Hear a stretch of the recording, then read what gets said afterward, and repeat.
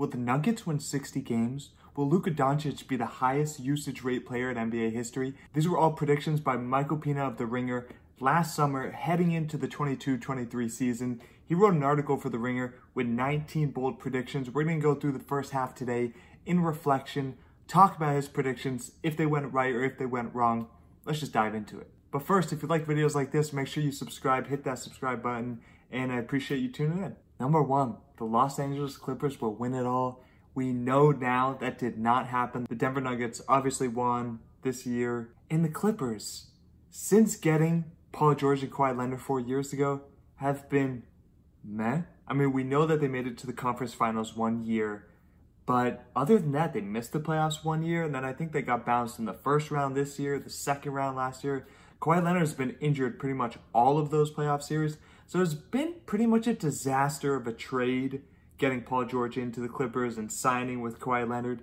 To have two superstars on the team, but two superstars that are never on the court at the same time or even one at a time, it's been a shame to see them get the hype, get predicted to win it all, get predicted to represent the West in the NBA Finals, and they've come up short every year. Let's talk about that Paul George trade that the Clippers made. And to be honest, I would have made the trade as well. It's hard to say you wouldn't make that trade because not only did it bring Paul George in, it meant that Kawhi Leonard was coming as well. He said to the Clippers front office, hey, I'll sign with you guys if you trade for Paul George. But that trade with Paul George, OKC Thunder got 5 first-round draft picks, Danilo Gallinari, and don't forget Shai Gilgeous-Alexander, who is now, what did he make, first-team All-NBA last season, starting in the All-Star game, averaging more than 30 points per game. Like, he is a superstar. Giving him up with 5 first-round draft picks, like, that's nuts. The Clippers don't have much to look forward to. Kawhi and Paul George are both going to be free agents next summer. There's no way they're getting long-term extensions like Jaylen Brown or all these other players got this summer. What are the Clippers going to do? Moving into that big building, that big arena that they built, what was it, $1.4 billion or something like that? And they're going to have no stars to show? So I think what they're going to do is they're going to have one more year of the Kawhi Leonard, Paul George story, right? And I think it's going to go the same as every year. Kawhi Leonard will look amazing at some point. Paul George will look like an all-star at some point. But they're not going to finish the season healthy. They probably won't be playing in the playoffs, both of them. And it's going to flame out a little bit, and then they'll let one or maybe both of them go in free agency next summer. The slight wild card here is, what if James Harden gets on the team? They kept Russell Westbrook at an insanely cheap cost.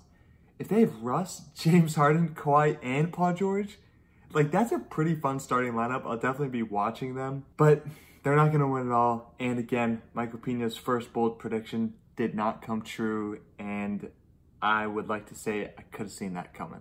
All right, let's go down to the second bold prediction by Michael Pina here. He made was the Philadelphia 76ers starting 5 will rule. So the starting 5 that he's talking about here, James Harden, Tyrese Maxey, Tobias Harris, PJ Tucker, and Joel Embiid.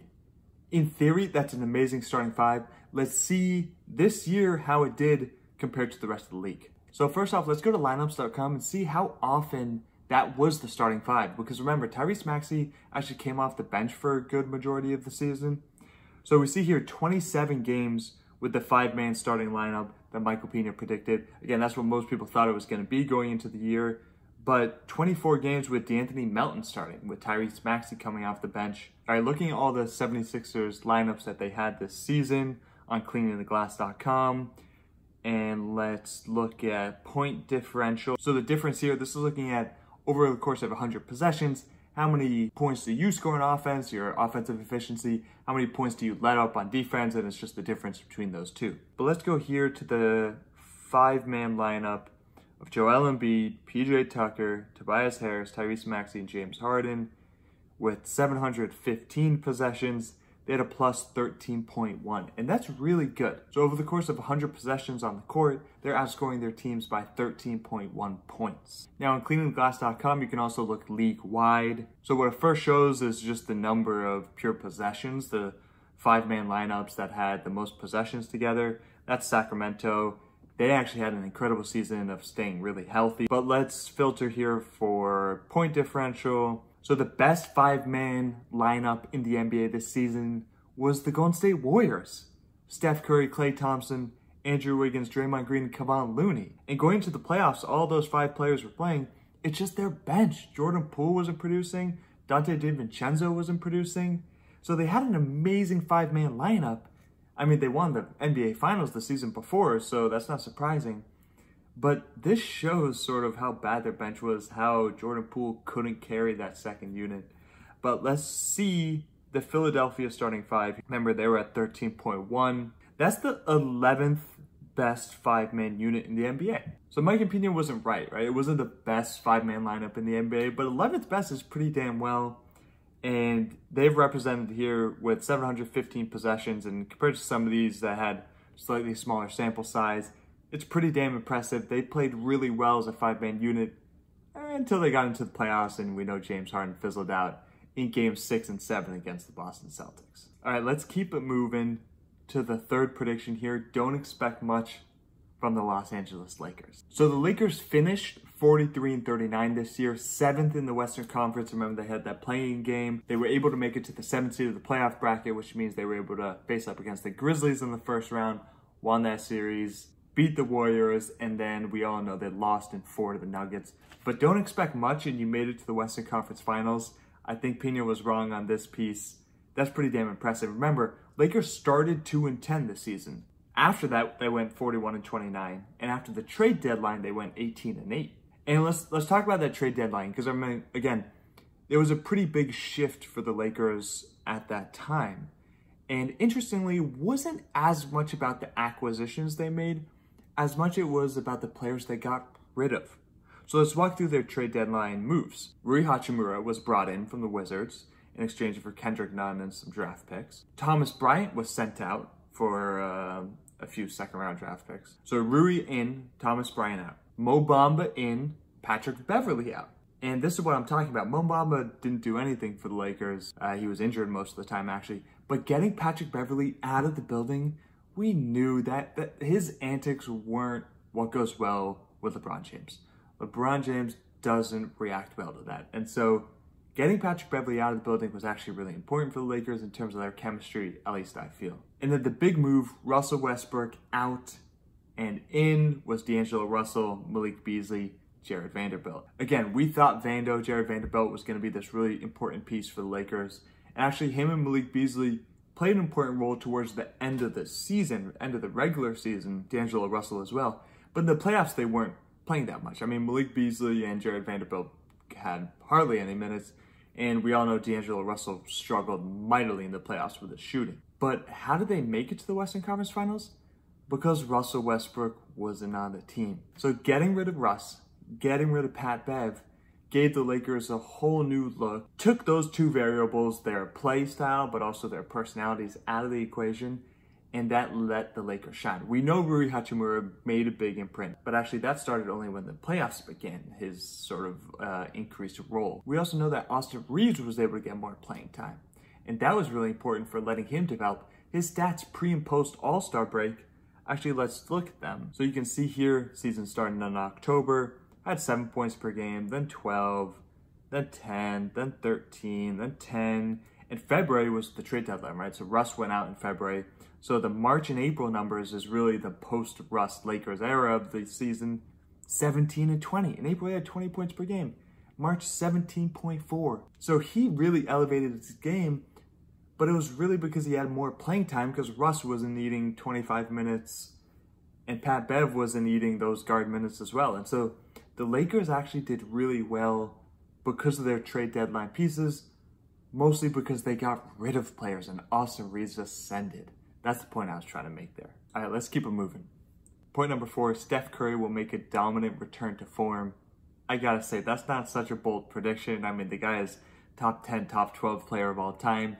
The season prior, they won the NBA championship, so not very bold, but let's look into it here. What he was saying is there's not too much to analyze. Curry will lead the league in threes made and attempted for the 8th time, while also seeing his accuracy off the dribble and from catch and shoot tick back above 40%. Last year, he was below that mark in both categories for the first time in a full season since 2016-2017.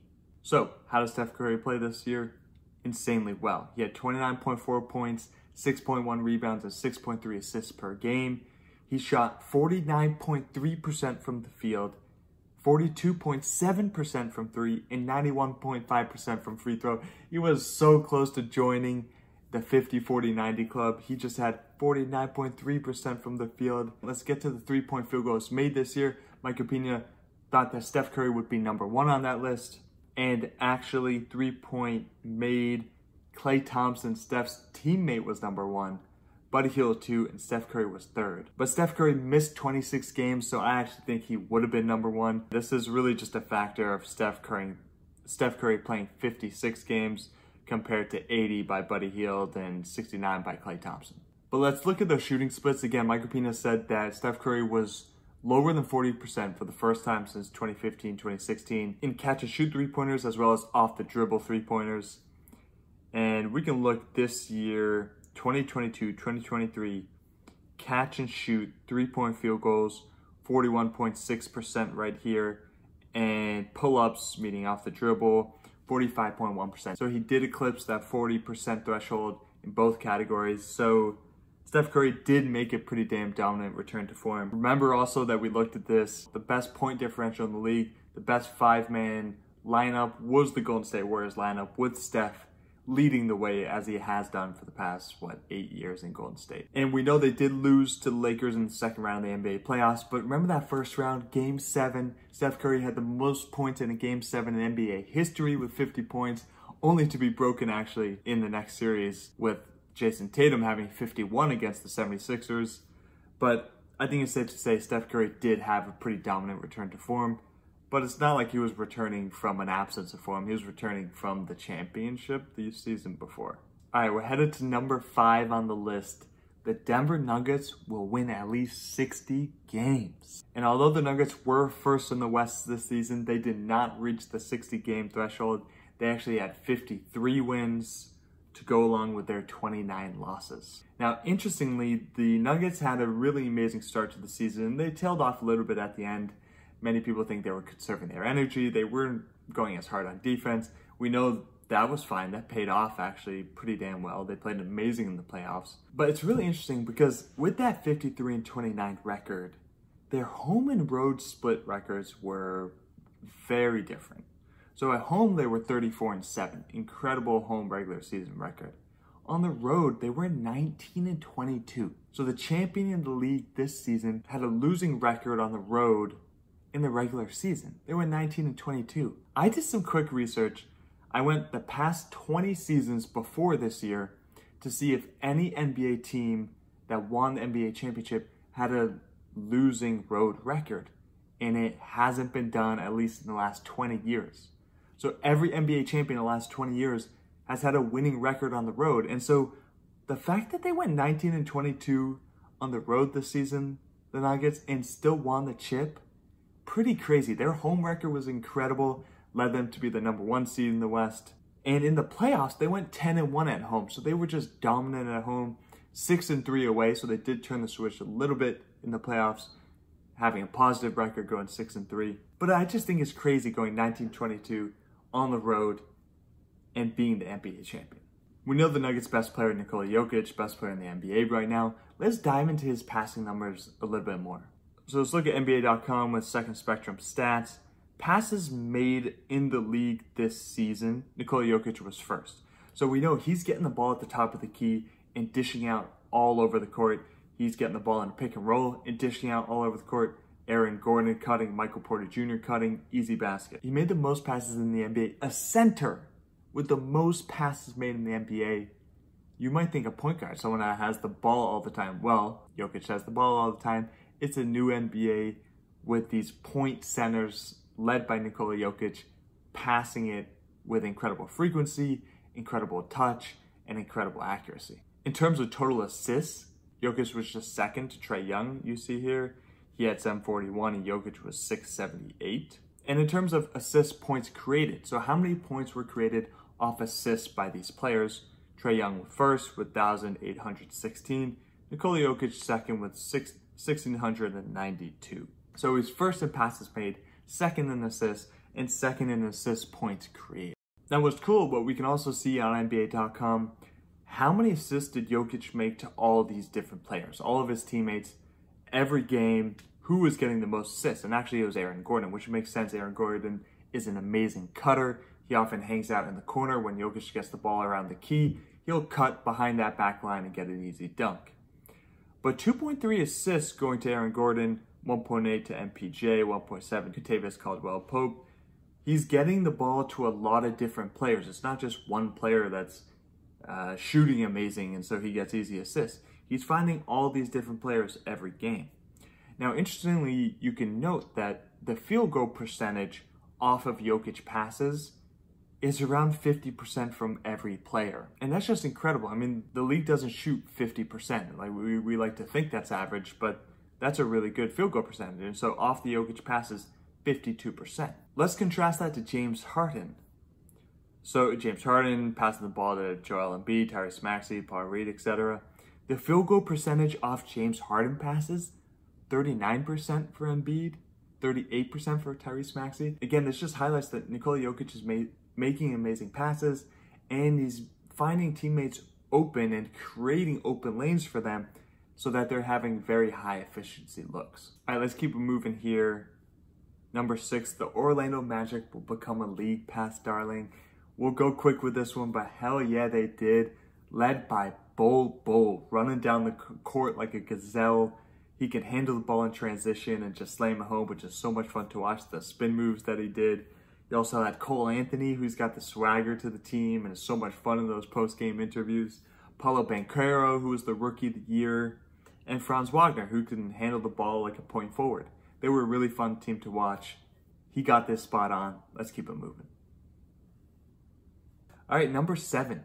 Luka Doncic will finish with the highest usage rate in NBA history. It didn't happen for Luka, and he actually didn't even lead the league this season. You can see here that Giannis Antetokounmpo had the highest usage rate this season, followed by Luka, and then the usual suspects, Joel Embiid, Damian Lillard, Jason Tatum, SGA, Trae Young, Donovan Mitchell, down the line. Now, how does that match up to NBA history? And you'll notice that most of these are recent NBA history because the usage rate has just really skyrocketed for a lot of these players recently. It wasn't the highest in NBA history, so this is this year's Giannis Antetokounmpo at 38.4. You also have this year's Luka Doncic here at 37.5. But the highest is Russell Westbrook, 2016-17, the year after Kevin Durant left the OKC Thunder, when he averages triple-double from the first time with a 30-10-10 stat line, averages for the season. He has a 41.5, James Harden at 40.3, and Kobe Bryant, the 05-06 season. I think that's 2 years after Shaq left. And then Giannis was 4th in NBA history. And so I wouldn't be surprised if Luka takes it next season with the highest usage rate. But the thing is, with Kyrie Irving on the team, how long will that last? I'm not sure. That takes the ball out of Luka's hand a little bit. So maybe he won't reach that this year. But I wouldn't be surprised if the usage rate just keeps going up for a lot of the best players on all these teams. All right, we're moving to number 8 now. Ja Morant will win MVP.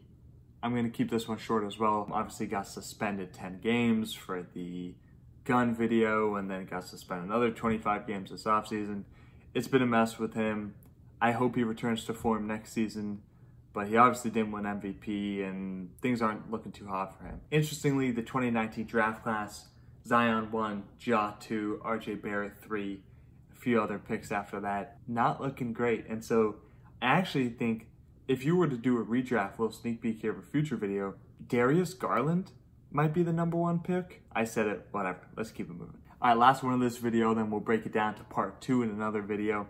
Number 9, the Atlanta Hawks will win at least one playoff series. Obviously, they didn't do that. The Celtics beat them in the first round in 6 games. But, you know, they actually gave them a pretty good fight. Most people thought they would go 4 or 5 games. Trae Young had an up-and-down series. I mean, he hit the game winner in Game 5 to force a Game 6.